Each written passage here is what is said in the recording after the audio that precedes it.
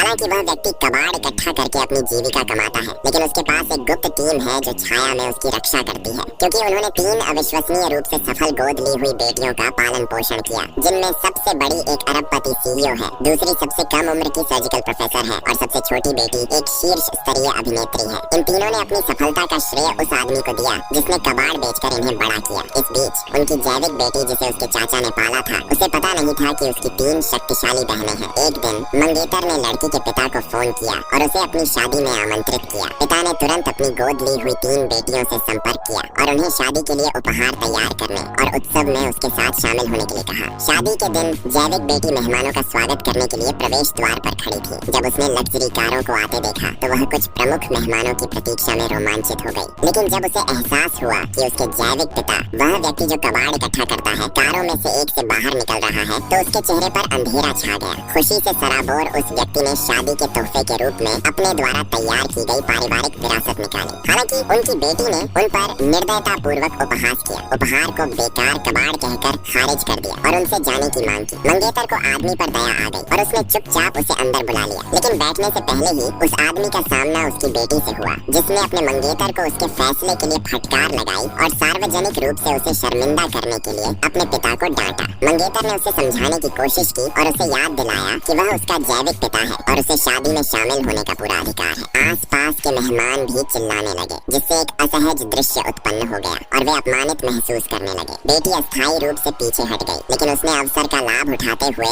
अपने पिता को भोज के लिए शराब की पेटियां ले जाने का काम सौंपा। बाद में उसने उसे भोजन के लिए स्टाफ टेबल पर बैठने का निर्देश दिया और उसे चेतावनी दी कि यदि कोई पूछे तो वह दावा करेगा कि वह उनके गृहनगर का एक गरीब रिश्तेदार है। अपनी बेटी के जीवन से अनुपस्थित रहने के अपराध बोध से दबे उस व्यक्ति ने चुपचाप अपमान सह लिया। जैसे ही अन्य मेहमानों की फुसफुसाहट और घूरने की आवाज ने उसे घेर लिया, वो चुपचाप वहाँ से चला गया। जब वह भारी बक्से उठाने से लगभग थक गया था, तभी उनका फोन बजा। यह उनकी सबसे बड़ी दत्तक पुत्री थी, जिसने उन्हें उत्साह पूर्वक फोन करके बताया कि वह और उनकी बहनें रास्ते में हैं। उस आदमी ने अपनी थकान के बावजूद हल्के से उतर दिया, अपने संघर्षों को छिपाने की कोशिश की, लेकिन सबसे बड़ी बेटी को उसके स्वर से कुछ गलत महसूस हुआ। गोद ली गई बेटियों को तुरंत एहसास हुआ कि उनके पिता के साथ दुर्व्यवहार किया जा रहा है। बिना किसी हिचकिचाहट के उन्होंने निर्णय लिया कि वे व्यक्तिगत रूप से उनके लिए खड़े होंगे। अगर वीडियो अच्छी लगी हो तो लाइक और कमेंट जरूर करें।